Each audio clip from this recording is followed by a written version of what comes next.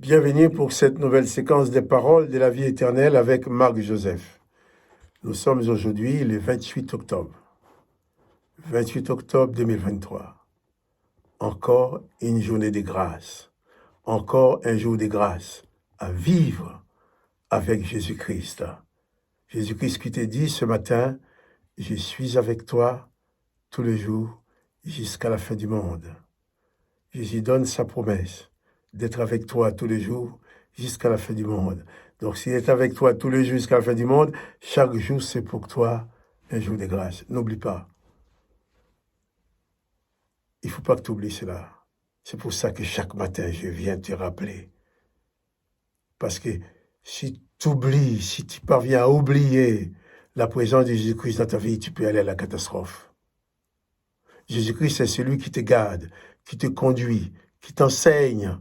C'est celui qui, par son esprit, prend la direction de ta vie. Eh bien, si Jésus-Christ n'est plus dans ta vie, tu peux aller dans n'importe quelle mauvaise direction. Mais quand Jésus-Christ te conduit, alors pas de panique. Il est avec toi. Il a dit, je suis avec toi tous les jours jusqu'à la fin du monde. Donc, chaque jour pour toi, chaque instant que tu vis est un instant de grâce. Parce que quand Jésus-Christ est présent dans une vie, il y est dans toute la plénitude de sa grâce, de son amour, de sa bonté, de son pardon. Oh, que c'est formidable d'avoir Jésus-Christ comme maître et sauveur. Pour moi, c'est formidable. C'est la plus belle chose qui a pu arriver dans ma vie. Les jours où j'ai reçu Jésus dans ma vie comme sauveur et maître. C'était l'événement le plus merveilleux que ma vie a connu. Et c'est Jésus qui me dit et qui te dit à toi aussi, je suis avec toi tous les jours, jusqu'à la fin du monde, autant que le monde existe. Il est avec toi. Nous allons continuer la lecture de l'évangile de Jean, chapitre 1er. Nous étions au verset 9. Nous étions plutôt au verset 9. Cette lumière était la véritable lumière qui éclaire tout homme en venant dans le monde. Verset 10. Elle était dans le monde a été fait par elle, et le monde ne l'a point connue. Voilà.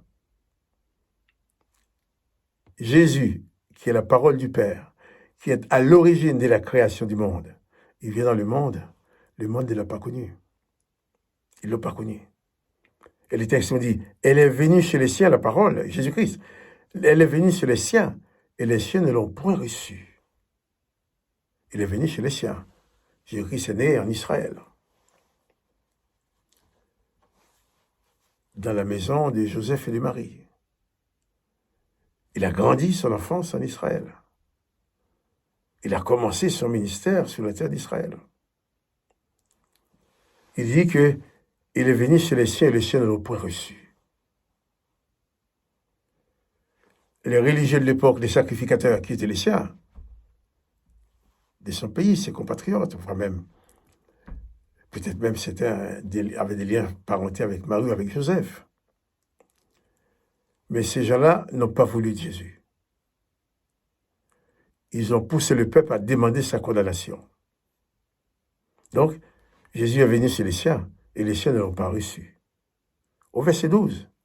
Mais à tous ceux qui l'ont reçu, à ceux qui croient en son nom, elle a donné le pouvoir de devenir enfants de Dieu, lesquels sont nés, non du sang, ni de la volonté de la chair, ni de la volonté de l'homme, mais de la volonté de Dieu.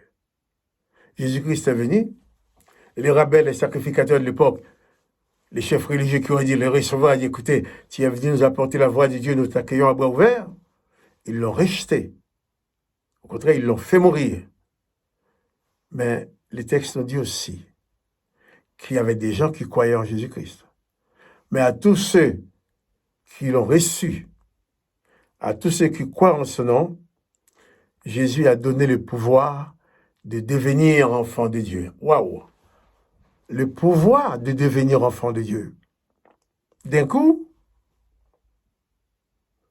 pauvre homme que j'étais, sans espoir, sans espérance, sans protection, sans personne, j'ai reçu un pouvoir de devenir enfant de Dieu. Il parle bien de pouvoir, hein? C'est un pouvoir qui transforme la personne. Il y a une transformation. Pouvoir de devenir, on devient ce qu'on n'était pas. On ne devient pas ce qu'on est déjà. Donc, on devient une autre personne, avec une autre identité. Ceux qui l'ont reçu, qui croient en son nom, il a donné le pouvoir de devenir enfants de Dieu. Formidable ça. Lesquels sont nés non du sang, ni de la volonté de la chair, ni de la volonté de l'homme, mais de la volonté de Dieu. Jésus est venu chez les siens qui ne l'ont pas reçu, mais toi, veux-tu le recevoir dans ton cœur? Je ne te demande pas si tu as l'habitude d'aller à l'église, si tu as une religion, non. Mais veux-tu seulement recevoir Jésus comme maître dans ta vie et réaliser pleinement qu'il est dans ta vie en tant que sauveur et maître? Car Jésus-Christ ne te demandera de rien payer. Si quelqu'un vient te dire qu'il va prier pour toi, il faut que tu payes. Sache que tu as affaire avec un charlatan qui n'a pas l'esprit de Jésus-Christ en lui. Il a peut-être un esprit en lui qui fait des miracles, qui guérit, hein? Mais ce n'est pas l'esprit de Jésus-Christ.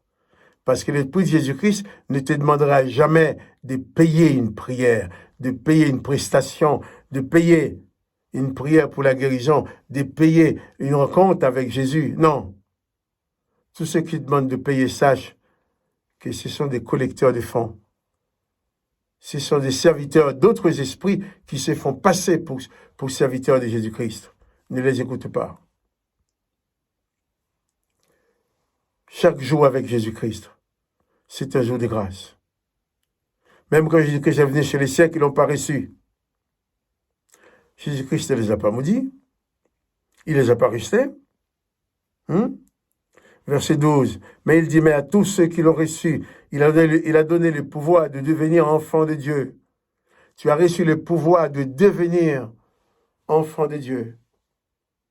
Et c'est cet enfant de Dieu que Jésus-Christ va accompagner durant tout son périple sur la terre. Jésus-Christ t'accompagne. Il est avec toi. Pas de panique. Pas de panique. Jésus-Christ est avec toi. Pas de déprime. Au nom de Jésus, tu as la victoire. Tu es devenu maintenant fils ou fille de Dieu. Jésus-Christ est ta victoire. Jésus-Christ est ta lumière. Oh oui, Jésus-Christ est ma lumière. C'est lui qui éclaire ma vie. Que le nom de Jésus-Christ soit béni. Que toi aussi, tu sois béni.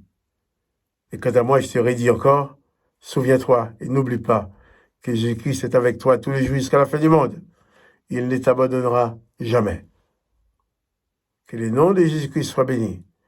Que tous ceux qui croient en Jésus-Christ puissent réaliser qu'ils ont ce pouvoir de devenir enfants de Dieu, le Père de Jésus-Christ. Que toi aussi, tu sois béni. Quant à moi, Marc, Joseph, je te dis à demain pour une autre séquence des paroles de la vie éternelle. À demain. Au revoir.